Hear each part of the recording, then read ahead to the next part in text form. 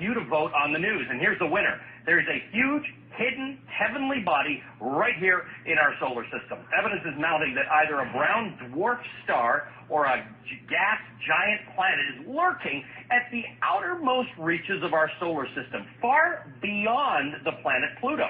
According to the British newspaper The Independent, the object is 4 times the size of Jupiter.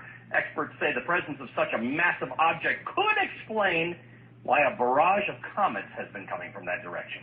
We'll post.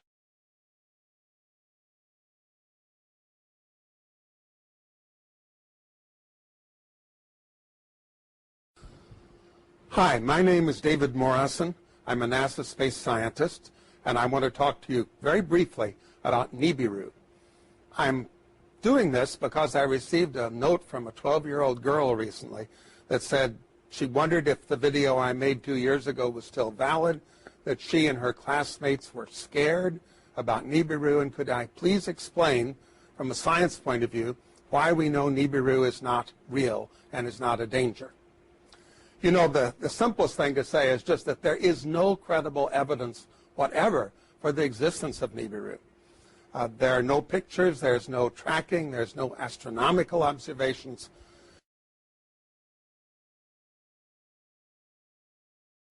Are we being primed, Gordon, for some major announcement? Well, that's the thing is, now, the Zetas say that the Council of Worlds has told the president, you've got to announce it. I say, you know, everyone I tell that to goes, well, I'll eat my hat if the president ever announced that. But if he did, you know, you can speculate that the first thing he would say is Ronald Reagan had an executive order that this is top secret, and every other president signed on, but now I'm going to be the one who's breaking that because everybody has to know. And what would he, well, we're coming up to the break. When we come back, speculate on what you think he would say, okay? With our special guest, Gordon James Giannotto. And we're talking about Planet X. Now, he has sent us some interesting pictures that you should get up to coasttocoastam.com and just take a look at them and make up your own mind. And I'll be back in a moment on Coast to Coast AM. If you need to email me, that's George at coasttocoastam.com. Well, next hour, we'll take your phone calls with Gordon James Giannotto as we talk about Planet X. And welcome back to Coast with Gordon James Giannotto. Gordon, let's speculate a little bit on if there's an announcement of this planet. How will it be announced? Well, there's 2 lines of thought. One is from the Zetas that the Council of Worlds has told the president that he has to announce it. The other is my line of thought, which is that how can he not announce it? Because as Planet X comes closer and closer to the Earth, eventually it's going to come very close. It's going to be as large as the full moon, and it's going to grab the Great Atlantic Rift and pull it up. And people don't realize that the continents are granite, and they float on the magma core.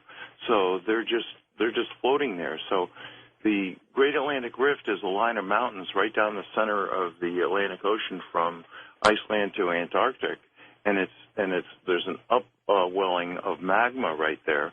And as the North Pole of Planet X is in line with the sun, as Planet X is in line with the sun, and the North Pole is pointed at the Earth, it's every day when the Atlantic Ocean faces the sun, the Atlantic Rift gets pulled down towards Planet X, and then as the Earth continues to turn, it gets released, because when the North Pole of Earth starts going towards the North Pole of Planet X, then it gets pushed back. But so eventually what's going to happen is Planet X is going to grab the crust. It's going to be close enough that the crust will stop turning with the core. So nothing changes the core, and nothing changes the North Pole of Earth pointing up. But what's going to happen is Planet X is trying to go by, and the day it goes by, it's going to grab the crust and slide it up over the North Pole and then let go of it. And when it lets go of it, the new North Pole is going to be the eastern tip of Brazil, Recife, Brazil. And there's going to be 600-foot tidal waves followed by the tail of Planet X brushing the Earth with all these rocks, which was one of them was the meteor over Russia. So you're talking catastrophe here. Absolute catastrophe. But the thing is that after that, with no governments and no religions and no economy, the unselfish ETs are going to come and give unspecified help to unselfish survival communities. So, because people say, well, all the nuclear reactors are all on faults all over the world, but, they could transmute the half-life of plutonium from 125,000 years to 1.25 seconds. So, but they haven't said what they're going to do because we're supposed to be taking some responsibility for ourselves. So, what's the timetable on this? Well, see, that's the thing. There isn't a timetable, and that's the number one question everyone asks. Well, when is this going to happen? But the thing is it could happen at any time.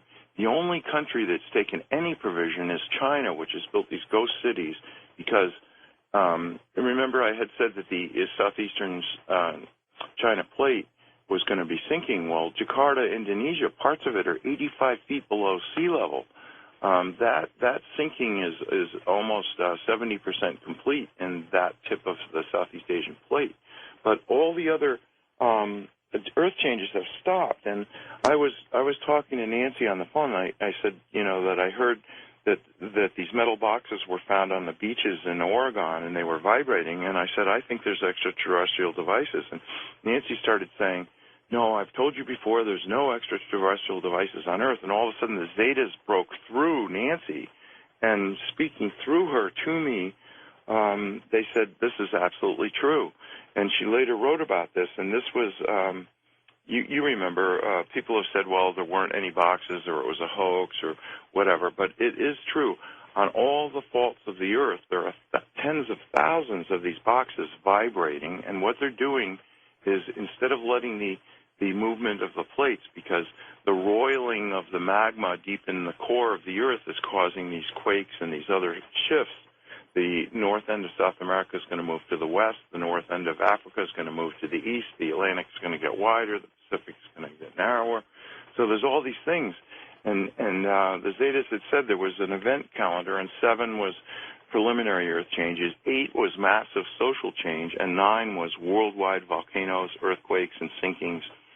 And so anyway, these metal boxes have put that off, and the reason why is because they want to have the massive social change. And you can imagine if the president does announce it, of course there's going to be massive social change. Well, if it's going to happen, will he announce it? To me, it sounds like he's compelled to.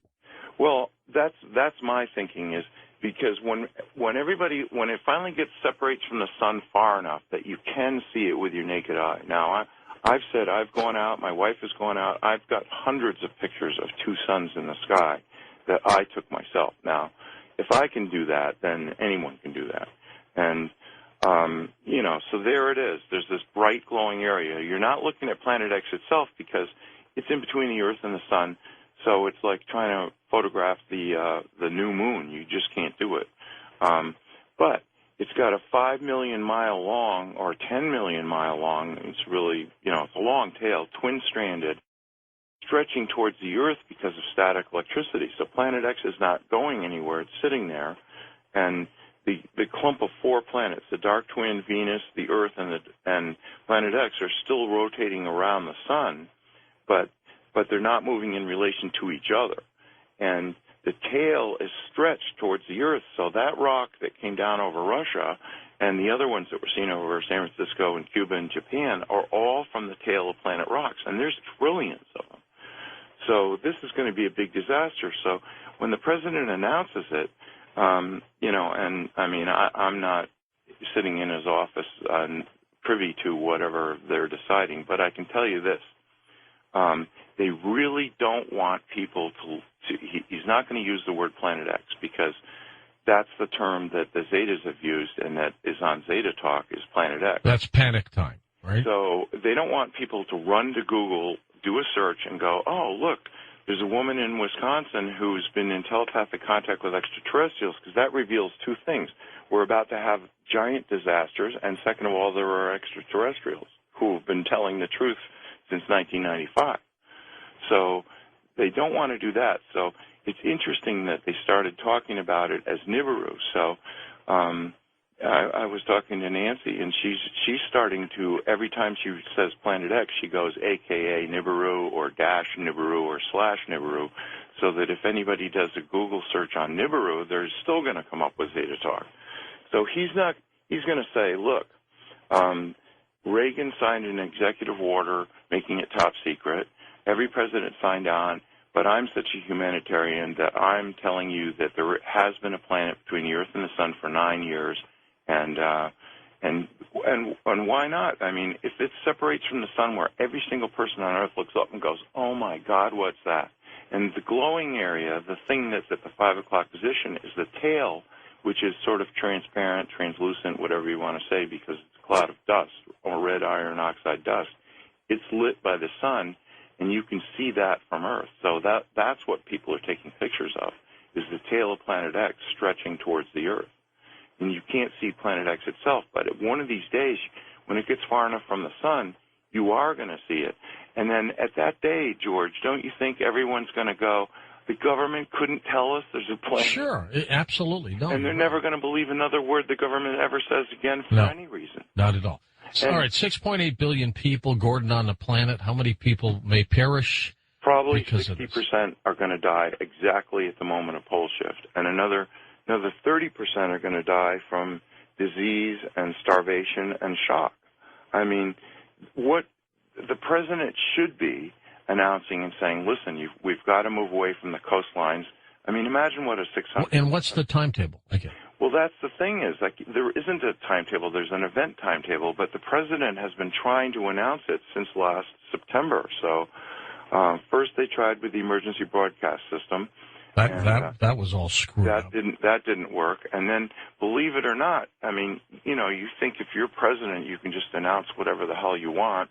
And no, you can't, because there are people, the elite and the rich and the powerful, don't want you to stop going to your job. I mean, if they announced the whole truth, do you think anyone would show up for their job? Pilots, policemen, firemen, truck drivers? No, people would want to be with their friends and family. Right, and they'd all head for Wyoming and Montana and places like that, you know, as far away from the coast as they can. The safe havens. Right, and so you can figure out where, now I live on a mountaintop in the middle of the Maine coast because Maine was held down by glaciers, and it's slowly rising, so once the crust comes free of the core, it's just going to pop up another 500 feet.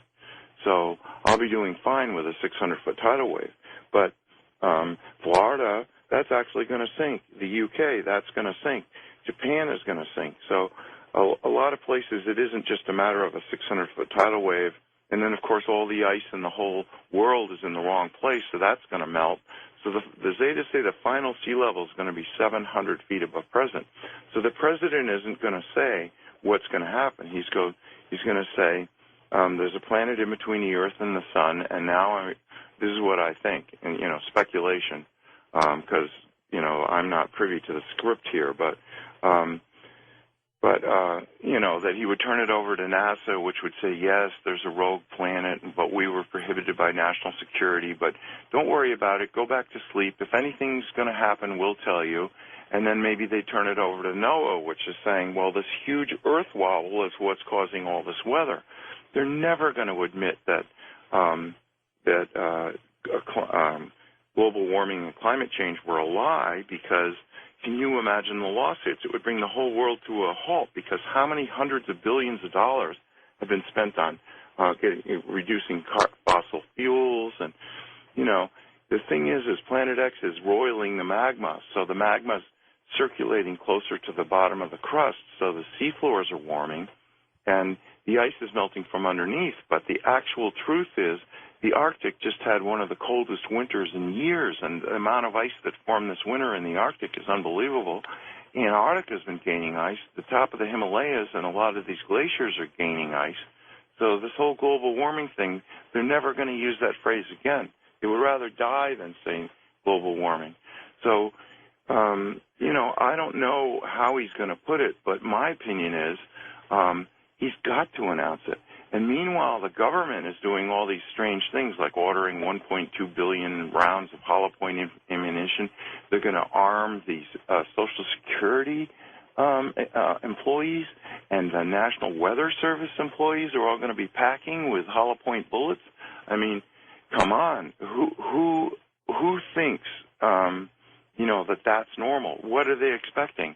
And, of course, there's going to be some people who are going to riot and steal and loot and God knows what. Well, things could be out of control. Right, they could be out of control. But yet, if they do announce it, then people will go, well, this is something that we're all facing together. Let's work together to save as many people as possible. But they've got to do it sooner than later. Now, I live on a mountaintop. I heat with wood. I've got an outhouse. I'm ready for no electricity and no fuel. I live in a forest. I've got wood all around me.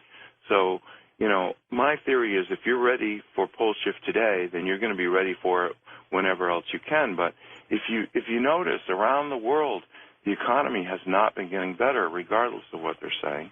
And people are realizing every day that everything they've worked for all their lives is coming to naught.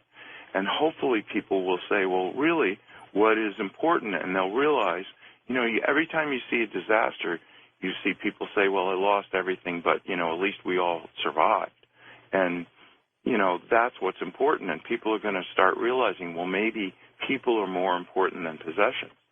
But this earth wobble, I went out last July to take a picture of the full moon rising over the mountain in Maine where I live. And when I was in elementary school, we had a target range in the basement. So when I was in the third grade, we had lockers all the way down the hallway, and every guy in the third grade had his own .22 caliber rifle in an unlocked locker in the hallway, and we all had bullets in our pocket, and we couldn't wait till 3 o'clock to go downstairs. That wouldn't happen anymore. No, and I grew up in the town next to Sandy Hook, so, but there are people who've decided to be selfish and doing awful things, but the majority of everybody is very conscientious. Maine is second in the nation for guns per person and 49th in gun-related deaths per person. So, just because, so people are legitimately saying, well, wow, I got a feeling something's not right. And you see that show, Doomsday Preppers. Oh, sure, yeah. People are like, well, the economy isn't coming back. I was in Walmart the other day. They had 15 people in a 5-acre store.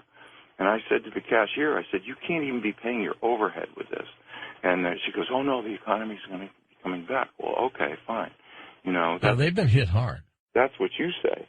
But so I was out there taking pictures of the full moon, and I guess probably I learned to have a steady stance with my hands and a camera at an early age. I used to win NRA sharpshooter awards. And that was, starting in the third grade. So anyway, I shot 2 pictures, and the mosquitoes were biting me like crazy. So I wanted to get a good picture of the full moon, and so I shot a whole series of pictures, and then I ran inside to get out away from the mosquitoes. And when I was playing them back on my computer, I realized that in 2 consecutive pictures, I hadn't moved my hands at all. There's a table up on top of the mountain, and there's the full moon. And in the second picture, the moon is moved to the right, not up. Now, if you think about it, everything, the moon, the stars, the sun, all rise in the east, go up to the midheaven, and then set in the west. And here I got 2 pictures of the moon, and between the 2 pictures, the moon moves sideways. How'd that happen? Well, that was like, I think the ETs, like I said, I've been in contact with ETs my whole life, and I think they guided me to do that because that is one of the most remarkable pictures. Now, I've gone out and watched Sirius rising and Orion rising in the east, and then I go back 20 minutes later, and all of a sudden it's like 45 degrees further south, but it isn't any higher in the sky. Now, why would that be? That's because every single day, Planet X pulls the magnetic bar of the Great Atlantic Rift down towards it, and then as the Earth continues to shift and the Atlantic no longer faces the sun, then the North Pole, which doesn't like the North Pole of Planet X, pushes the North Pole of the Earth back. So you get these wobbles, and what you get is this gigantic loops in the jet stream.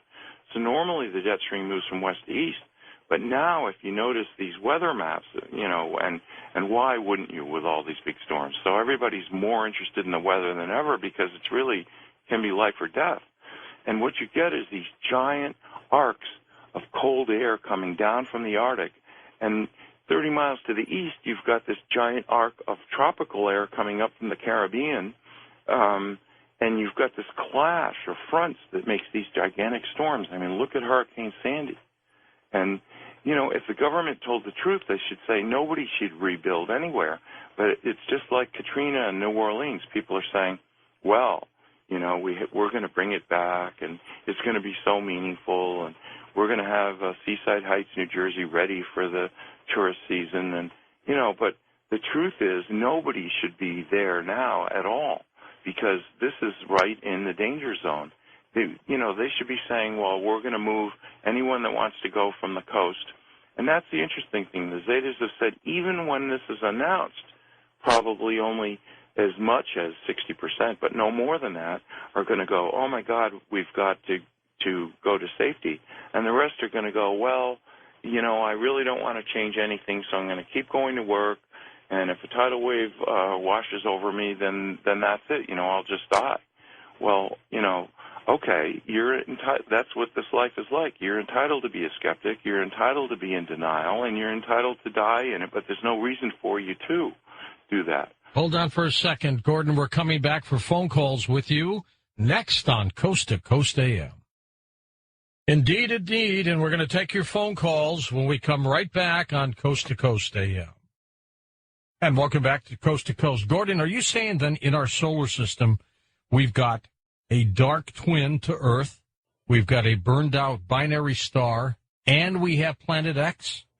No, the binary star is quite a distance away. That's why it takes 3,657 years for Planet X to return. So it's something we've never seen because it's burned out, but it is a huge body, and that's where it started. And evidently, Planet X has been coming here at least 2 billion years. So, it wasn't that the Anunnaki were always there. They reached a point where they decided they wanted to powder the gold and put it in their atmosphere to keep the planet a little bit warmer. It's got giant hot magma in its core, and it's got water, which has the highest specific heat of any substance in the universe, so it holds heat. It takes longer to heat water than anything in the universe, and water holds heat longer than any. So, but they were getting cold, so that's where the whole quest for gold came from, is from that. And Richard Hoagland has said that, and he's a guest on your show quite often. Quite a bit. He said that Phobos is a spaceship because it's hollowed out and it's got chambers in it because they use ground-penetrating radar. But actually, Phobos is one giant gold nugget, and the Anunnaki, since they came back, have been mining it with robots. That's got to be worth something. Oh, my God. So, but, if anybody thinks I'm making this stuff up, I mean, go do a search in Wyoming. Dick Cheney tried to get the Wyoming legislature, and he only failed by a few votes, to buy a used aircraft carrier. Now, what in the hell would Wyoming use? There's no water there, is there? Well, that's the thing is, Edgar Cayce said that Omaha was going to be the greatest seaport in North America after pole shift. And, evidently he's planning that the Mississippi will split wide, or saltwater will go up to the Great Lakes, and then up the Missouri and the Platte Rivers, and then maybe the Red River. And I guess they were planning to, keep it, in the Great Lakes or in the Gulf, and then float it right up to Wyoming. But you can see why he would want that. It's got nuclear power. It's got a hospital. It holds 5,000 people, and he could load it with fighter strike jets, and be king of the world. And you look at the billionaires around the earth, they're trying to start their own space programs. But the Council of Worlds has said, no, nobody's going to leave Earth and come back as kings of the earth afterwards. No, they're all going to have to go through it.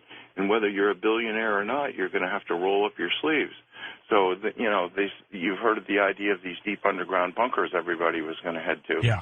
But, how well are they going to survive in 10-plus power earthquakes? So they're not. But then, after pole shift, at the hour of pole shift, when the tidal waves start, then everyone's going to, after that, there won't be any earthquakes, so people are going to want to be underground, because how are you going to survive this fall of rocks? Okay, let's go to the phones. You to vote on the news, and here's the winner. There's a huge, hidden, heavenly body right here in our solar system. Evidence is mounting that either a brown dwarf star or a gas giant planet is lurking at the outermost reaches of our solar system, far beyond the planet Pluto. According to the British newspaper The Independent, the object is 4 times the size of Jupiter.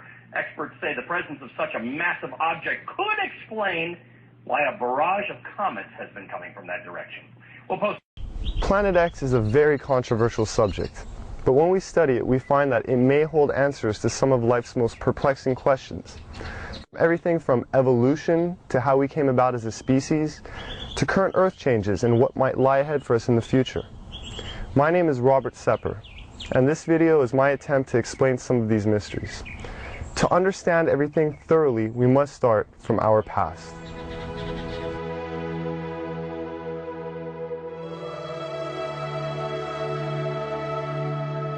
As you do research on our mitochondrial DNA, you find that it goes back into the range of 150,000 years, based on the mitochondrial DNA, which is, I think, pretty much incontrovertible. If we're 150 to 200,000 years old, that throws a huge, gigantic wrench into the establishment position that we evolved from creatures that were walking upright approximately 4 million years ago. The early Australopithecines, Lucy, everyone is familiar with her, at around 3.2 to 3.5 million years ago, and they're finding new ones all the time. And all they say is to qualify as human is to be upright walking. If you're an upright walking pre-creature, you're called a pre-human. And even though all of those creatures, right through Neanderthal, from Lucy at 4 million years ago, right through the Homo habilis, Homo erectus, Neanderthal to Cro-Magnon, right up to Cro-Magnon, all of those creatures don't look anything like human beings as we are today. They are as different from us as primates. In fact, they look like primates. They look like upright walking primates. Up through Neanderthal, back to Lucy, and whatever's going to come before her. What could make something change so radically, literally overnight, in anthropological terms, and be anything remotely associated with Darwinism?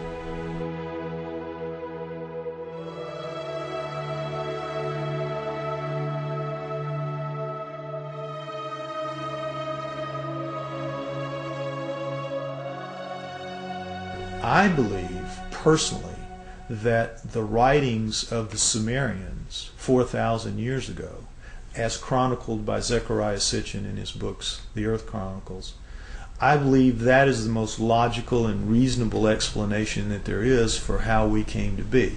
20 some odd years ago, Zecharia Sitchin wrote The 12th Planet. In The 12th Planet, he describes ancient writings and texts by the Sumerians depicting a 3,600-year orbit of Nibiru. But the Sumerians are rarely spoken about in history books. Who were the Sumerians? And what could an ancient civilization possibly know about how we came to be? We only hear about like the Egyptians or the Mayans or the Incans, Romans, Greeks. The first culture we have on Earth were the Sumerians, and they showed up 6,000 years ago where modern-day Iraq is. It's right between the Tigris and Euphrates rivers. It was then known as Mesopotamia, Babylon, but also Sumeria, where the first culture on Earth stems. And they have left us over 100 of the first for high society to take place. For instance, stemming from Sumeria 6,000 years ago, they were the first ones to invent writing. They had a system of over 400 characters known as cuneiform text, then use a wedge-shaped stylus or an object with a wedge, and would twist and turn and make all these characters that came up to about 400 characters, and they had their own complete language like an alphabet that we use today, A through Z, but this stemmed out of Sumeria 6,000 years ago, and all of the first for high society come from them. Time, the calendar, math, schools, courts, judges, systems of law, all of this originated in Sumeria, which was then known as Mesopotamia, Babylon, today's modern-day Iraq. The Sumerians are actually probably the most influential culture of the ancient world. Not the Egyptians, not the Greeks, not the Romans, the Sumerians. The Sumerians invented, for example, the zodiac. All of the symbols that we still have today for the zodiac was created by the Sumerians. They tell an incredible story, the Sumerians do, of the Anunnaki, which is that there is another planet in our solar system, that gods, super beings, live on this planet, that these beings come to Earth. The Sumerians had a pantheon of gods, but it was living gods. They were the Sumerians worshipped living gods who lived and worked and had their lives among them. They were the Anunnaki. Among those Anunnaki, there were 12 leaders, 12 super gods, the bosses, the boss of bosses. Those 12 gods come down and are present in the Egyptian culture, in the Greek culture, and in the Roman culture. They just have different names, but they have basically the same personalities and the same functions. So it isn't that mythology begins with the Egyptians, the Greeks, and the Romans. Mythology begins with the Sumerians. Monotheism didn't kick in until the gods, the multiple gods, actually physically left. When we look at all the stories in the Bible about how God is a feared God, and if you do what God tells you, you are given the reprisal of going to heaven, or if you do wrong, you go to hell, and it's very black and white. But the Sumerians give us a lot more context into that line of thinking and how it came about in their image and after their likeness. The Anunnaki quoted to the Sumerians as saying, "We have created you in our image and after our likeness, and we were their slaves," basically, to do as they bid it. Mine the gold, do their daily chores. We were basically their slaves. The leader said, "We'll make you a slave. We'll make you a servant." And that's the reason, the impetus, according again to the Sumerian writings, for the creation of human beings. The story of Noah is a classic that comes right out of the Sumerian texts. The word Eden, the Anunnaki called the land where they lived the Eden. The Adam, they called the worker slave that they created the Adamu, plural. Could the Anunnaki have genetically engineered humans? It sounds incredible until we consider that we ourselves genetically engineer the fruit and vegetables we eat every day. From tomatoes to apples and oranges to cloning Dolly the sheep. If we can genetically manipulate DNA, then who's to say that we weren't created or our DNA wasn't tampered with by another race of beings in the past? Now the question is, were we? Did they?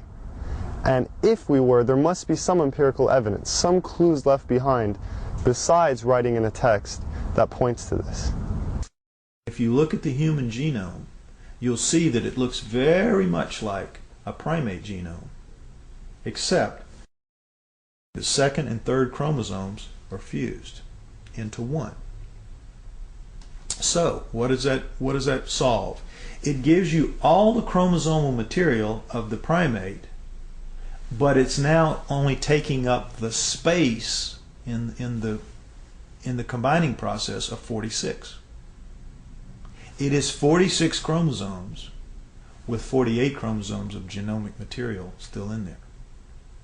Now, how could nature do that? How could nature fuse those two chromosomes together in any length of time? It wouldn't happen. It couldn't happen. That was done. According to Sitchin, we were created genetically by the Anunnaki as a worker, to mine gold for them, to serve them. People out there, even if you're not a scholar, even if you're not anything, if you open your eyes a little bit to this and you start just doing your own research, you're going to find paths there that lead you to some things that are going to awaken new ideas into you. And the next few years, I think we're going to see a watershed of information that is going to absolutely rewrite every book of history. There is evidence left over this entire planet when you start thinking, and you must believe that we are the offspring of these people. If there was a God, the God created those people before they created us. We are here because of an act of divine creation, but they were people just like us, only older, only more technically advanced. We need to rediscover that in ourselves, that we are a great civilization. We came from a great civilization. Right. And I would tell anybody to look, open your eyes and look for it.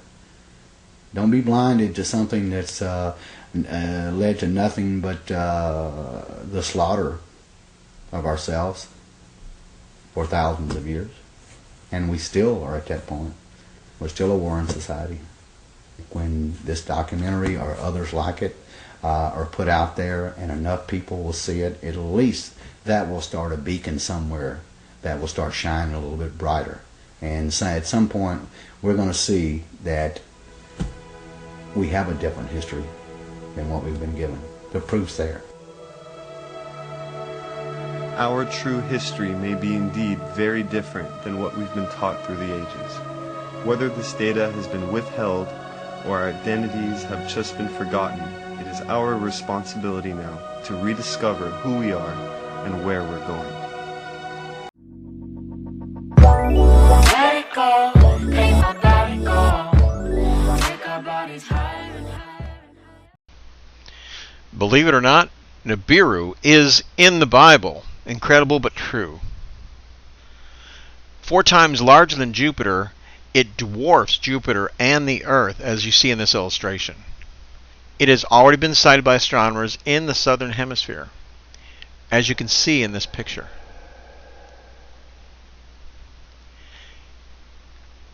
Citing deviations in the movement of Pluto, NASA has been tracking it for over 50 years. Russia has been preparing by completing the construction of 5,000 underground shelters in Moscow in 2012. FEMA has prepared by purchasing millions of plastic containers for coffins. I know you've heard of them. You're probably familiar with this. And here's the images. What are they preparing for? The United States has embarked on a 24-hour, 7-day-a-week effort to build massive underground shelters for over 30 years. These are reserved for government officials and high-ranking military personnel. Many people believe that the Denver airport, as you see in this marker, says New World Airport, is one of those places. Deviations in the movement of the sun proves the existence of an object of significant gravitational pull coming into our solar system. Here is the orbit. It will enter into our solar system and pass between the Earth and the sun, blocking out the light of the sun for about 3 days. And the Bible says, "And I beheld when he opened the 6th seal, and lo, there was a great earthquake, and the sun became black as sackcloth as hair, and the moon became as blood." The earthquake will be caused by the increased gravitational forces caused by the alignment of the sun, Nibiru, and the earth. The darkness caused by Nibiru's extreme size and moon appearing red is caused by a partial blockage of light typically seen in lunar eclipses, as you see in this illustration with the earth blocking out the light to the moon. And here you can see the moon going through its lunar eclipse, the block light turning it red. What's going to happen is the earth is going to tilt on its axis very quickly, causing tremendous stress on the earth's crust. This will cause a sudden movement in the Earth's axis, resulting in dramatic changes in the wind patterns, tremendous earthquakes, movements in the Earth's crust, and tsunamis on every coast. Millions, possibly billions, will die. And the heavens depart as a scroll when it was rolled together, and every mountain and isle was moved out of their places. Can you imagine it? And the kings of the earth, and the great men and rich men, and the chief captains and mighty men, and every bondman and every free man, hid themselves in the dens in the rocks of the mountains. The dens in the rocks and mountains sounds like shelters to me. And the kings of the earth, and the great men, the rich men, the chief captains, and the mighty men, who are these people? Well, they're government officials and high-ranking military personnel. Hid themselves in the dens and in the rocks and the mountains? Sounds like shelters. And here you have it. Reserved for government officials and high-ranking military personnel. You may ask yourself, what can I do? How can I protect myself? Well, you have to call out to the one that's in control of all of this, the only one that can protect you during the troubled times ahead, and that is Jesus. I know that I've sinned. Please forgive me and come into my heart.